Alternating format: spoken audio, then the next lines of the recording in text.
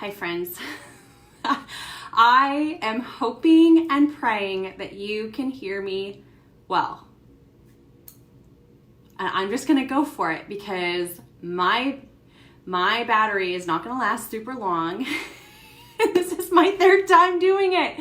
So, not today, Satan, right? Not today. Okay, this is gonna look a little funny because I have notes and I'm doing this from my phone instead of my computer. Oh, yay, Christina, you can hear me. Okay. And Melissa just texted me, but I can't touch anything, Melissa, so you're gonna have to type it in the comments. Oh, you guys. Okay, see? Resilience. You know what? I forgot my water and I need it. 1 second.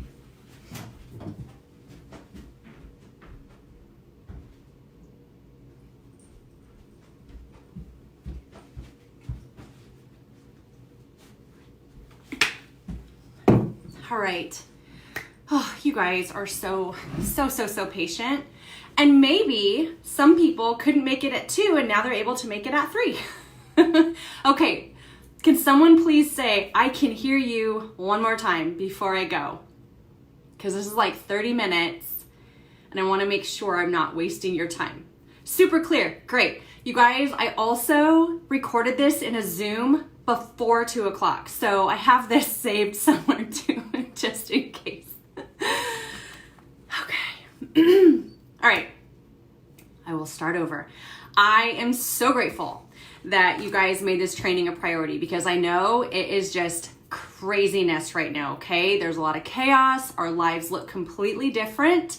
We are homeschooling and working at home and doing all of these things that we, in some cases, never thought that we would do before until a few weeks ago. So we're all shuffling and trying to prioritize. And so the fact that you're here means that you care about your business and about your family and about your community. And I love you for that. I hate that we're all going through this, but I love that we can go through this together as a community. And again, I got notes here and here. So if I'm looking wonky, that's why. Okay, so I'm going to chat about adversity. I'm going to chat about identifying the opportunities in perceived obstacles, and then ways that we can work our business with like compassion and urgency and also simplicity. I know that leadership requires vulnerability, which is really not easy. It's sometimes ugly, it's uncomfortable, but I'm gonna take cues from Melissa in a recent training that she did where she told some of her backstory, and I'm gonna do that because I think it'll make it seem more like I'm talking with you and not at you, because that's kind of the last thing that I want. I'm super passionate about this topic. I am super convicted that this message needs to be heard. Oh yay, I'm so glad you guys can still hear me. But I'm also nervous. I'm nervous to talk to you about this because it is a sensitive time right now and emotions are elevated and it's just kind of an uncomfortable time, and I want you to hear my heart. I want you to know how much I love you and I care about you, and just give me some grace if I say things the wrong way or get emotional. This is emotional to me, okay? So here's where I get vulnerable.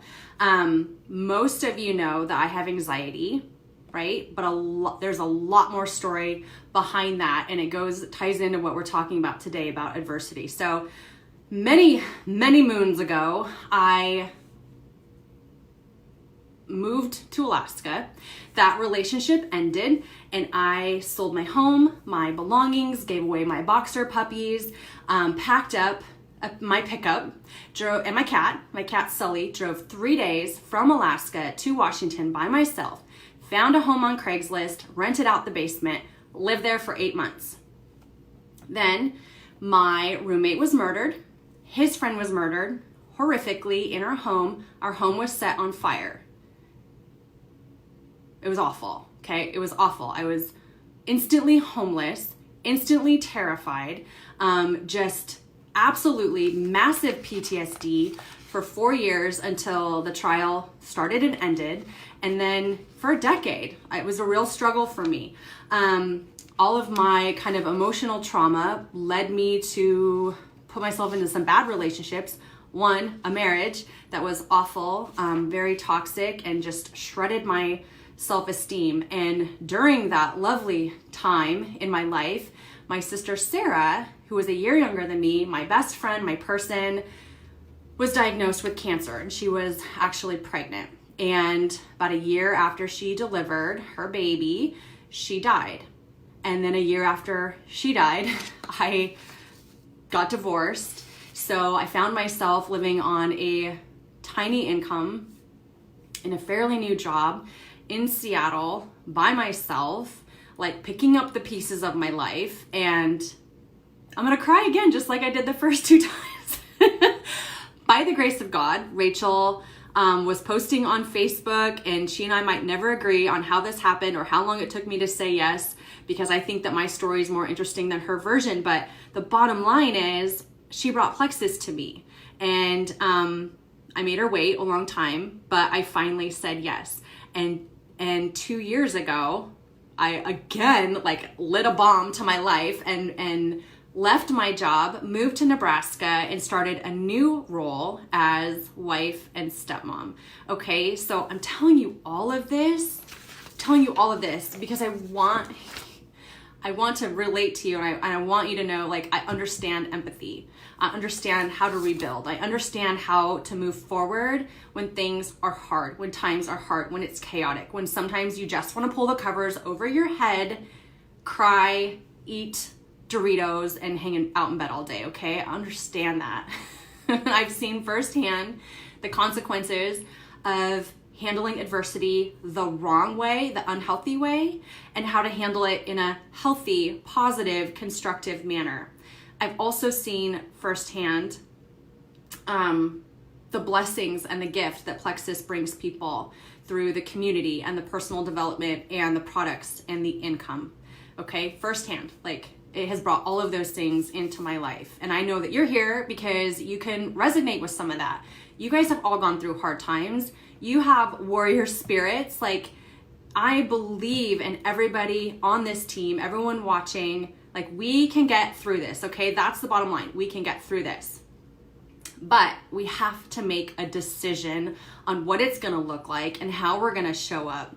And the good news is that we have all the support and the resources that we possibly need. It's just a matter, and I know it sounds simple, of making a decision and moving forward. Make a decision and act. Move forward. So my question for all of us, question that I've had to ask myself a lot, am I seeing the opportunities or am I seeing the obstacles? This is what history and the Bible and our experiences have taught us about the opportunities that can present themselves during hard times, during trials. Tough times can produce character. They can produce perseverance. They can promote growth and leadership and emotional intelligence. They can result in innovation and creativity. They can absolutely be the catalyst that changes our life. Okay? They can, but we have to choose how we're going to handle that hard. We have to choose to work through it to see those benefits. I'm sorry, I've been talking so long. Hold on. I've never loved active more, I tell you what. So in my mind, we have two mindsets to choose from, two very different mindsets. I can relate with both, and maybe you can too. So the first mindset, we can choose to view the situation from that of scarcity and fixed mindset. We can look around and see everything going wrong, right? That's all we see are the people losing their jobs, the people getting sick, the pandemonium, the fear, the crisis. That's all we see. We can blame and criticize the government and schools and our churches and other people for how we feel they are or are not handling the situation like we feel it should be handled. We can just focus on all of those negative things. The second kind of part of that, which is also icky, thank you, Melissa. I will persevere. Is that we can get greedy and act like a victim. We can expect others to carry us emotionally through these hard times. We can place that burden on people that we should be owning. We can expect our uplines to move our personal businesses forward, to carry our teams, to meet our expectations and personal demands, right?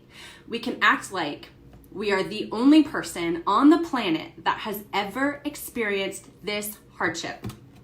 I've done that. I have.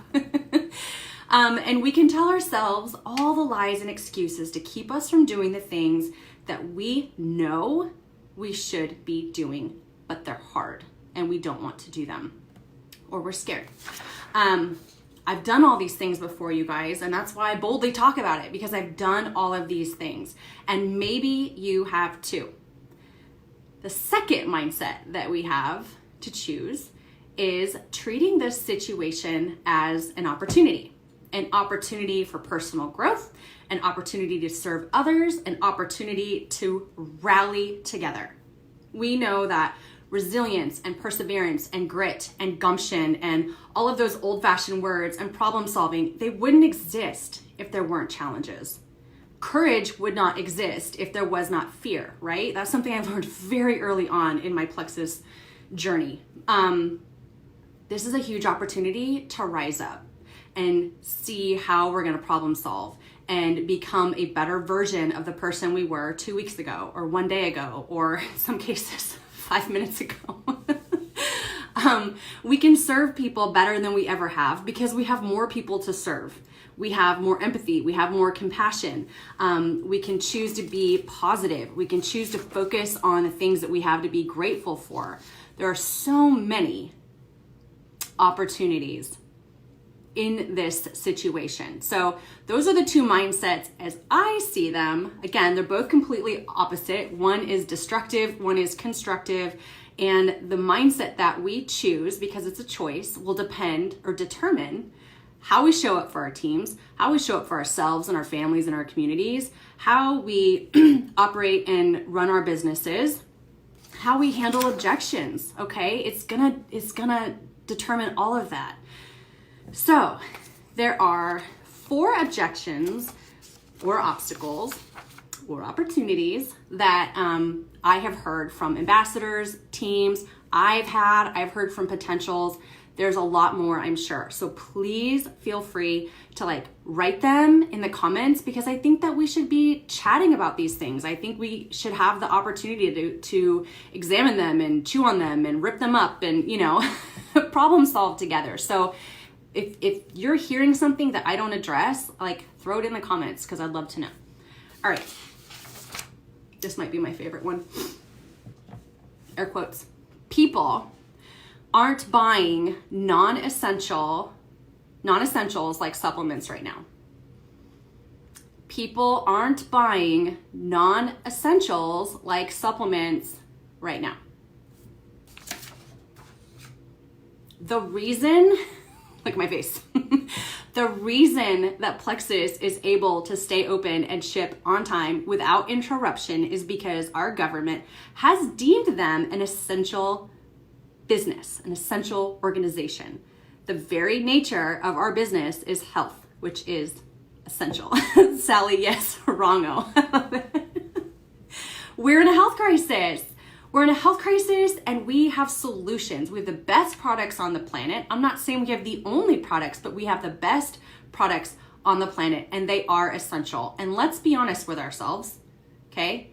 Coronavirus is terrifying for many. It is consuming our world, it feels like. This is a real thing. But make no mistake, we've been in a health crisis. Obesity, anxiety, depression, diabetes, heart issues, disease. You guys, that is rampant and ever increasing in our country, okay? So we're always in some sort of health crisis, and we always have products that people can use, whether it's to help that, prevent that, proactive measures, okay? And I sat in this belief call yesterday that we did on Team Eichenhorst, which I hope that we do these frequently because they were amazing. And I had the ugly, tears and the blushing and everything, kind of like now, but with tears, as I listened to other people pour out their hearts and their tears and cry their face off as they talked about their life before Plexus, before these products, the health of their spouse, their health of their 5-year-old, the inability to enjoy life, the inability to move, the inability to sleep, the inability to comfortably walk or fit into their clothes and their embarrassment and all of that. And it's like, there's no way that we could look at any person in that call and tell them that these products are not essential. They are essential. They are life-changing, life-giving products. Our job is to educate and empower, right? We're not coercing, convincing, forcing people to use our products. We show them the value. We show them the potential they have to help people. And then we let people make their own choices. Often, we tell ourselves this story about how this person's going to react, and we prejudge and we like preload this dialogue that hasn't happened in our heads. And we actually rob people of the opportunity to have a chance to hear about Plexus and then evaluate their need and their own financial situation and their health and their readiness and make that decision. We take the ability to even offer us a yes or no because we shut it down before the conversation even begins. And I don't want us doing that, okay? We don't do that. All right, second objection or obstacle. People are broke. They're holding on to their money. They don't know how to pay their bills right now. Oh my goodness. That is all true, right? People are scared. People don't know when their income's going to stop or how it's going to be impacted if they're going to have an income. That is why we share Plexus. Like, guys, that is why people need a second source of revenue. That is why people need a plan B, because people are in this situation, right? Our leaders, our executives, I feel like I'm super close here, are so amazing and so brilliant and so insightful. They see this coming, and what do? They drop everything, pivot, put this amazing $6 million income stimulus program together. Just like that. Drop it on us, give all of us tons of opportunity to help people financially get our products paid for and get a paycheck like in 3 days, is it? Like right now? Earn a paycheck. People are losing their jobs right now. People are looking for $100, $200, $300 solutions right now. And we have this opportunity to teach them how to take this investment, okay? So people have two options. They can hoard and save their $140 and sit on it until this is over, okay? That's one option, and we can allow them to do that. Or we can show them how to grow it exponentially, right? 3, 5, 9 times more in just the next few weeks. I would kill to make that kind of money in a normal job in just a few weeks. Like, you know, on a brand new, it's amazing. It's amazing, this opportunity that we have. And I'm telling you what, like, you're watching your friends hurt all the time and lose their jobs right now. And people don't have the luxury of time to wait on us to get out of our heads and get out of our own way and help them. They don't. They need us talking about it right now. Okay. 3, the third thing that I'm hearing is that I'm worried that I will be, Sally, yes, Parable of the Talents. I love that. I'm not going to talk about that. It was actually in my training, but my training got too long. So yes, it's amazing. Rick Warren just did a sermon on this. I can put it in the comments. I'm worried that I will appear to be greedy or insensitive, and I don't want to capitalize on or make money off of people that are hurting or sick, which, I get it. That's real. Like, we don't want those things to happen. We don't want to feel that way. I love that we don't want to feel that way. I love that we want to do the right thing and lead with integrity. But you guys, everything in Plexus is geared towards us leading and serving and sending messages with integrity and compassion. Like, everything. We've already been learning it. We already have those skills. And if we don't, they're available to us. The resources are available to us. We're still sharing just like we always have. Just because the situation changes doesn't mean that all of a sudden we're going to change our approach and be viewed completely differently, right? Another perspective Doctors, pastors, counselors, nurses, they all make money helping people that are hurting and sick. Okay? There's no shame in earning a paycheck helping people. You should be paid for the amount of time that you spend helping people and marketing, you know? On the flip side, consider this perspective. Okay, you're sitting at home and your friend knows that you're feeling miserable, that maybe you're hurting, that maybe you're sick. They know that you're trying to figure out how to pay your bills. They know that you lost your job, whatever it is. Your friend knows about it, and they know they have a possible solution. I think it's a solution, but let's just say possible solution, and they don't tell you. They'd rather you just sit and worry and twist in the breeze, right? That is selfish. That is insensitive. Not giving people hope and not giving them options is terrible. Okay? It's terrible. Again, we've always helped people for the, 11 years, almost 12 years that Plexus has been open. Am I getting that right? We've always helped people.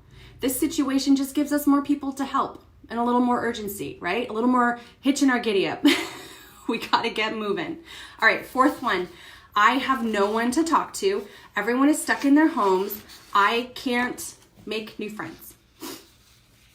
People are stuck in their homes, right? We can't just go out and like mingle and go to church and do all the things that we used to do just a few short weeks ago.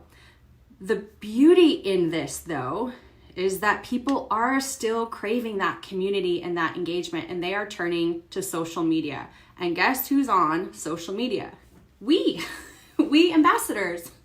We people that love to encourage and inspire and educate and make people laugh. Like, we're on social media to meet their needs for community. People are turning to Zoom more than ever. Like, would you ever imagine that you'd be doing Zoom meetings for church and Bible studies and your kids' class, and there'd be people having dance off on Zoom? Like, we would never imagine that that was going to be possible. My experience with Zoom and Potentials, to be quite honest, is what is this thing? I don't want to download and learn new technology. Peace out. And so I'd have to invite them to other online events or something, which is fine. I'm all about options. But now the whole world is used to Zoom, and so it's going to be easier than ever to engage with them. The coronavirus has removed technological barriers to community, right? That is a plus. That is a huge plus.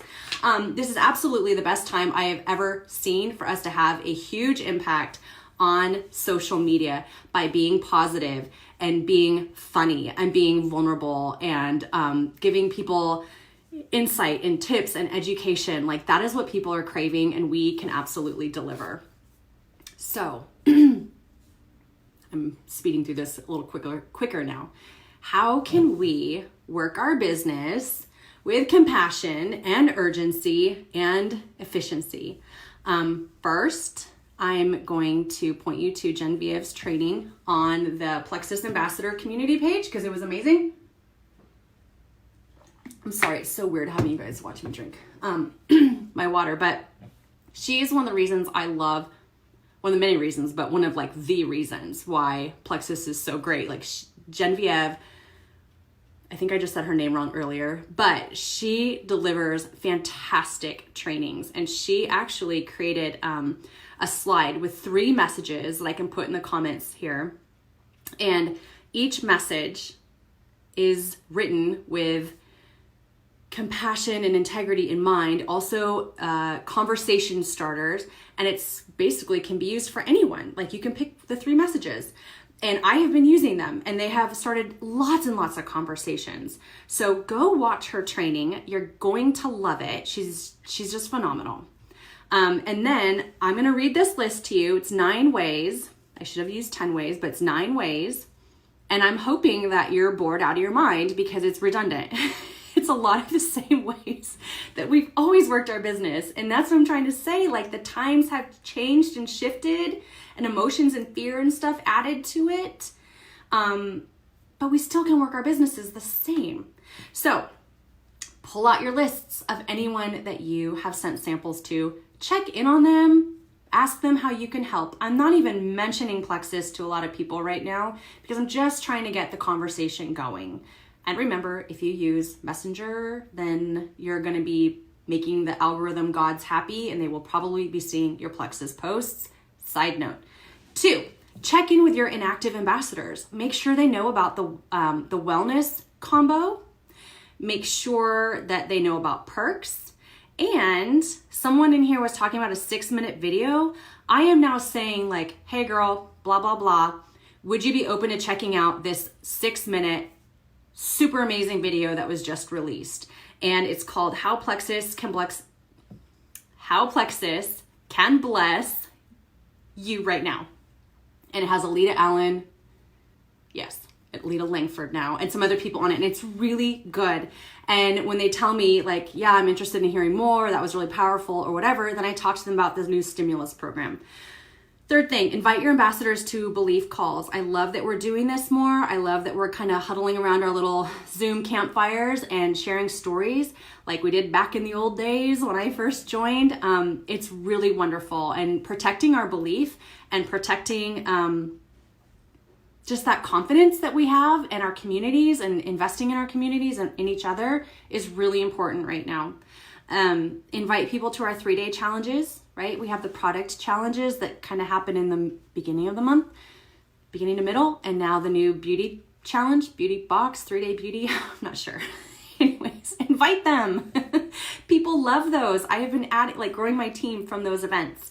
The 5th thing, invite people to watch the Plexus health webinars, the wellness webinars, because again, they shifted very quickly. They saw a need and they provided a solution for us. So I have been streaming those into various groups. I've been streaming those onto my Facebook page because people want to hear from the experts, right? I'm not the expert. I'm going to give them the resources we have available to us, and they are so cute and they're so good. I just love them. 6, add value to others. We kind of touched on that before, but if you're on social media, give people like a reason to smile, give them something to do, give them ideas to keep their kids from killing each other. You know what I'm saying? Like, be the light on social media. And something else you can do if you're someone that has a lot of idle time, or you can even do this while you're like binging on TV, get out your friends list on Facebook or something and start sending messages. Hey, just checking in. How are you being impacted? How can I help? Okay, it's a really great way to connect with people. 8, continue your personal development, attend belief calls and trainings, and just be present in your Plexus community. What I am not saying is to participate in all things all the time, every day, because we can't. Like, remove that pressure, remove that burden, practice, your right to say no and prioritize, but do show up. Do show up. You have people looking at you to evaluate what's important, what we place our values on. You're leading teams, and in some ways if you don't have a team, you're kind of leading yourself in that you're showing yourself what matters, and trainings matter, and getting to know our community matters. And your mindset is going to absolutely impact your ability to survive, thrive, whatever during this time, okay? Protect that. Many of us have worked very hard to get to a happy, positive, strong mindset place. Don't let it vaporize. Continue to work on it. And my last thing, Melissa, you're so sweet. 3rd time's a charm, I tell you what. Practice gratitude. You guys, like Bob Heilig, Plexus executives, everyone is telling us, practice gratitude. When you look in your back office, don't think, oh my gosh, I'm never going to be an emerald. You're like, oh my gosh, I have 5 points today. I have 4 orders today. I've had 6 conversations. I've worked hard to get those 2 no's. Like, be grateful for what you have. Be grateful and celebrate your victories. Is it Preston Pugmire that taught us to say, like, I'm on a winning streak? Like, celebrate yourself, and also practice showing people gratitude. If you have leaders that are hosting events for you and coordinating things and pouring into you, and they're, private messaging you, walking you through a conversation, if you have people that are doing trainings, if you have friends that are posting great ideas on Facebook and making you laugh and brightening your day, tell them thank you. Say thank you. It's like the easiest way to make someone feel good and valued and appreciated. Okay? Those are my nine things. And I'm going to get off here very soon and let you guys go and resume your day. But I wanted to share one of my favorite Bible verses. At least it's my favorite one for right now. It's Esther 4:14. For if you remain silent at this time, relief and deliverance for the Jews will arise from another place, but you and your father's family will perish. And who knows but that you have come to your royal position. Guys, I'm telling you what, I have practiced this. I have done it like 4 times today, and I cannot not cry. Who knows but that you have come to your royal position for such a time as this? Like, mic drop, wow, whatever, emoji. I mean, you guys, the reason we are here right now, the reason we're with Plexus, the reason our health has changed, the reason we have new friends, the reason we're earning $1, okay, with Plexus is because someone in our life was not silent. Someone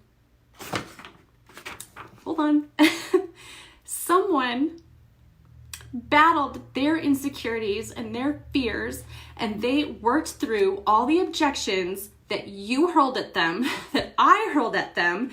They waited you out, they persevered, and here you are. Like, our lives are better because that one person didn't shut their mouth. And that's so true. Okay. Going back to a training that Melissa did, I don't even know when, circa, gold or whatever that I was. She did a training on how a wise woman builds her house. That's the Bible verse that she centered this around. And she tailored it for a wise woman protects her business, which also reminds me of an Aaron Bush training about your business is precious and you are precious. But a wise woman continues moving forward towards her goals, even if they are baby steps. A wise woman shows her kids how to work through tough times. A wise woman shows her family how to get up in the morning and live her day, right? Don't let this temporary, yes, it's big. I'm not minimizing the severity of this situation, but do not let this temporary situation derail your business or remove you from the situation, or let your business that you have worked so hard for or the goals that you have just fade away, right? We're not going to do that. Like, we have our entire future to work our Plexus business. This is going to be a blip in time. And yes, it's something unparalleled to what we've ever experienced in our history and maybe ever will. And I would like for us to be able to emerge from this and, do some fist pumps and some applause for the way we showed up and the way we showed others how to rise up. Okay, I'm going way off here. Okay, I want you to give yourself some grace, but not give yourself an out. Okay, you don't need to do all the things. It's okay to say no. It's okay to not attend everything, but do show up.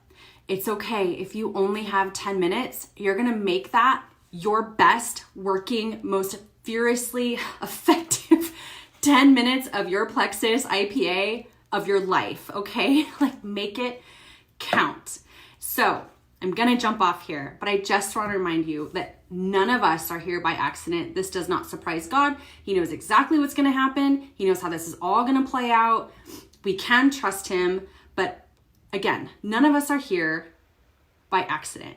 And all of our training and all of our preparation and all of our uplines and our leaders and our executives and our hard work and our experience, everything has positioned us to provide hope and solutions for people right now. I cannot even say this. I don't want you to waste it, okay? Don't waste it. All right. Love you guys. Thank you for your patience. I recorded this on Zoom as well if you guys want the recording. Okay. Bye.